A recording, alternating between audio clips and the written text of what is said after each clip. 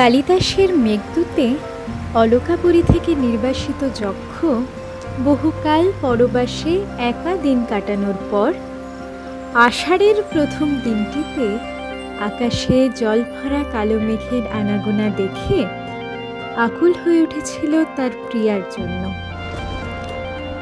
বর্ষার ভেজা বাতাসে সত্যি বোধ হয় মন উদাস করা কি যেন একটা থাকে।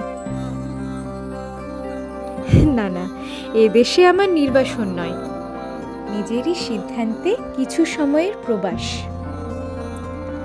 তবু আজ এমন আকাশ কালো করা মেঘ, এক পশলা ঝমঝমে বৃষ্টি দেখে খুব মন খারাপ করছিল আমার প্রিয় শহরের জন্য।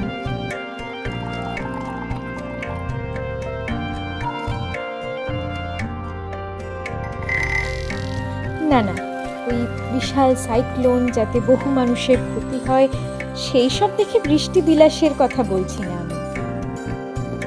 এমন সময়গুলোতে রোদ জ্বালা দুপুর পেরিয়ে শেষ বিকেলে হঠাৎ কেমন করে কালবৈশাখী ঝড় ওঠে কলকাতায়, তাই না?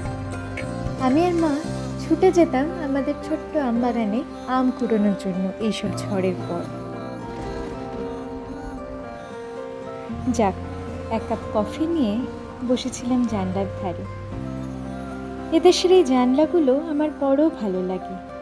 কি সুন্দর, কোনো গ্রিল দিয়ে আটকানো নেই, একদম পুরোটা খোলা।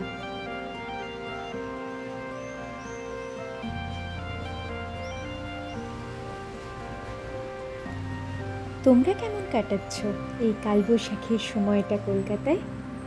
নাকি মিস করছো আমারই মতো অন্য কোনো দূর দেশে বসে?